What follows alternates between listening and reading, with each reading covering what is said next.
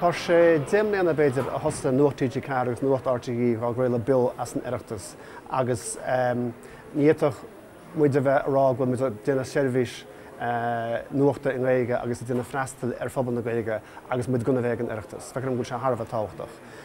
Leibhéal amháin tá sé mar bhach Disneyland na Gaeilge mar an chuid de stochar gon obair aine gar na bliana na cuatú daoine le Gaeilge le labhairt ábhar nó labhairt scéalta nuachta nó duine na chuirsí íana ar a gcuúil an nuacht nó imeachtaí mór an nuachta a choráscóib sin. Ach an seo ag an oireachtais cum gá deá cosú Gaeilge. An rud is táchtaí faoi chultúr Gaeilge an seo ná ní léon bhrú bant leis, ní léon obair a bant leis.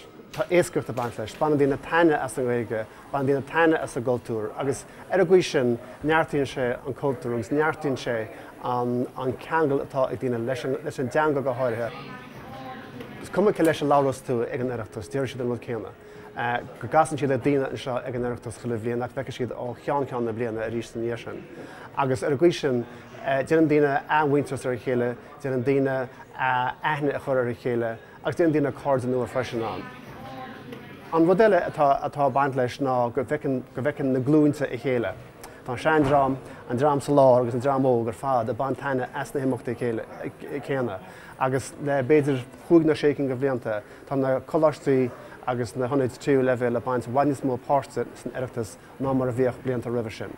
Agus feicimsa gur ábhar dócha sé sin agus gur neartú ar an Gaeilge agus ar an oireachtas an ás an fás agus an orbairt sin. Chuir gás damstar a seanos a tháinig chun bheochana le beidir deimlíonna nuas. Ag an oireachtas a tharla sé sin agus tá sé scapaí ar fud na tíre agus tá daoine sé tíocht an oireachtas as Rus Cumáin, as slíoch as chunta na hirbhí, áit chuí nachtáútar an Gaeilge go láidir lehab. Tíocht an seo a damsa agus tá de ghlachapáirt i bhéle Gaeilge, rud nach níondís go brach beidir nach cuiineadís ar beidir fiche bliana. Ní dátar bit faoi hábhacht an oireachtas bhéidir na Gaeilge.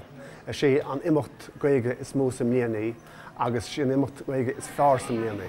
Ban muid ansása as dhéana agus sílam go man duine ansása as muid a bheith beag an seo freisin.